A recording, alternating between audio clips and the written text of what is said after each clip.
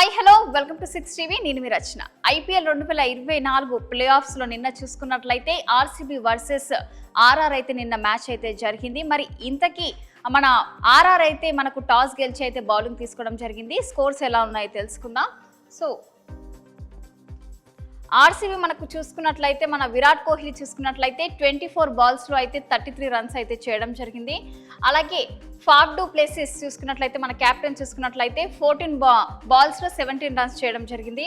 అలాగే Cameron green చూసుకున్నట్లయితే 21 బాల్స్లో 27 runs అయితే చేయడం జరిగింది. నెక్స్ట్ రజత్ పటిదార్ చూసుకున్నట్లయితే 22 బాల్స్లో 34 రన్స్ చేయడం జరిగింది. నెక్స్ట్ మహిపాల్ చూసుకున్నట్లయితే 17 బాల్స్లో 32 రన్స్ చేయడం జరిగింది.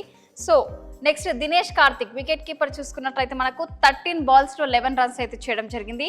సో మనకు ఆర్సీబీ టోటల్ స్కోర్ వచ్చేసి 172 స్కోర్. సో ఇప్పుడు నెక్స్ట్ ఆర్ఆర్ స్కోర్ చూసుకున్నట్లయితే మనకు ముందుగా యశస్వి జైస్వాల్ చూసుకున్నట్లయితే 30 బాల్స్లో అయితే 45 రన్స్ అయితే చేయడం జరిగింది. అలాగే మనకు కెప్టెన్ సంజు శాంసన్ చూసుకున్నట్లయితే 13 బాల్స్లో 17 రన్స్ అయితే చేయడం జరిగింది. నెక్స్ట్ రియాన్ పరాంగ్ చూసుకున్నట్లయితే 26 బాల్స్లో 36 రన్స్ చేయడం జరిగింది.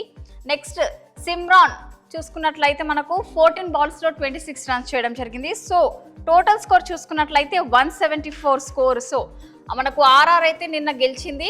సో మొత్తము 4 వికెట్స్తో అయితే మనకు రాజస్థాన్ రాయల్స్ అయితే గెలవడం జరిగింది. సో చూసాం కదా స్కోర్స్ అయితే. ఆర్సీబీ ఫ్యాన్స్ అయితే చాలా నిరాశపడ్డారని చెప్పొచ్చు.